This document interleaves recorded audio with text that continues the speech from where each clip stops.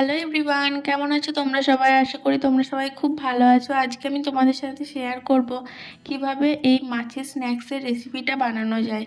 তাহলে ভিডিওটা শেষ অবধি দেখতে থাকো। দেখো, এখানে আমি 5 পিস মাছ নিয়ে নিয়েছি। এবার এই মাছগুলোকে আমি সিদ্ধ করে নেব।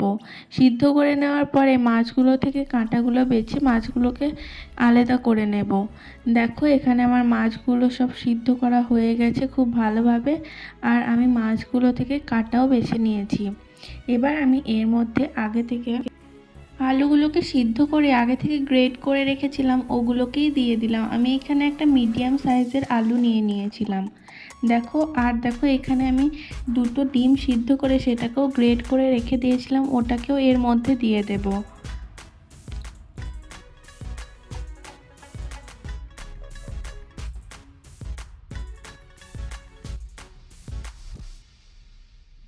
আর আমার লাগবে পরিমাণ মতো লবণ, লঙ্কার গুঁড়ো আর হলুদ গুঁড়ো।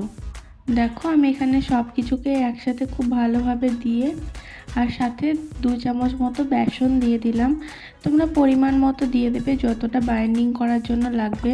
আর দিয়ে দিলাম 1/2 টেবিল স্পুন গরম মশলা আর একটা মিডিয়াম সাইজের পেঁয়াজ কুচি আর কিছু ধনেপাতা কুচি। এবার সমস্ত কিছুকে একসাথে খুব ভালোভাবে মেখে নিতে হবে।